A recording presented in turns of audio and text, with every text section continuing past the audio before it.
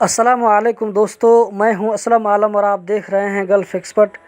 दोस्तों, आज की वीडियो में कतर के बारे में कुछ अहम अपडेट देने वाला हूं, तो वीडियो के साथ में आखिर तक बने रहें ताकि आपको पूरी जानकारी मिल सके।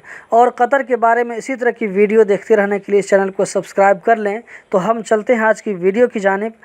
नॉर्थ सिक्योरिटी डिपार्टमेंट ने 4 एशियन कम्युनिटी के लोगों को पकड़ा है जो कि सोने को कतर से बाहर पाउडर की शक्ल में स्मगलिंग करने की कोशिश कर रहे थे। उनका पूरा एक गैंग काम कर रहा था जिनका धंधा सोने को कतर से बाहर स्मगलिंग करना था।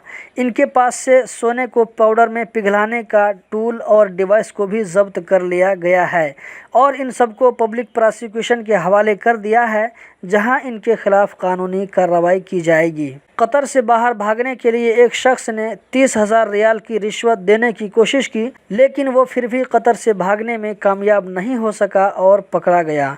अभी उसको कोर्ट के हवाले किया गया है, जहां उनके खिलाफ छानबीन होगी और कानूनी कार्रवाई की जाएगी। और जो उस आदमी को भागने में हेल्प कर रहा था रिश्वत लेकर, उसके खिलाफ भी कानूनी कार्रवाई की जाएगी। अभी इसके बारे में ज़्यादा डिटेल नहीं आया है, अगर डिटेल मिलेगा तो इंशाल्लाह ज़रूर शेयर करेंगे। कतर में किसी भी सरकारी मुलाजिम को रिश्वत देना या रिश्वत की पेशकश करने से भी 5 साल तक जेल और 15,000 रियाल तक जुर्माना हो सकता है। समंदरी कस्टम की जनरल अथॉरिटी ने 570 किलोग्राम तंबाकू की स्मगलिंग को नाकाम बना दिया है।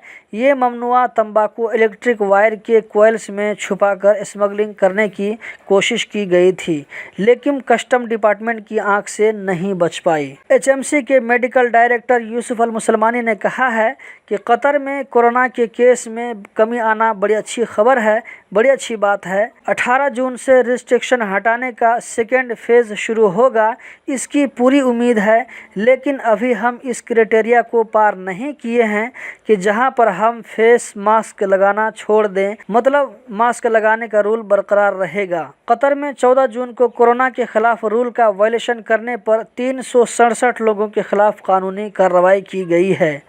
कतर में तेज़ रफ्तारी के साथ गाड़ी चलाने और ड्राइविंग के दौरान फ़ोन पर बात करने पर इसकी सज़ा में सख्ती का डिमांड किया जा रहा है। अगर ड्राइवर नौजवान हो और फ़ोन पर बात कर रहे हों तो एक्सीडेंट का चांस बहुत बढ़ जाता है, इसीलिए इसके खिलाफ सख्त से सख्त जुर्माना का डिमांड किया जा रहा है।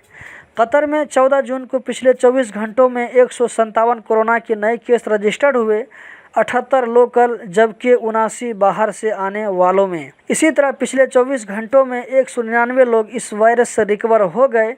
2 डेथ का केस भी रजिस्टर्ड हुआ है।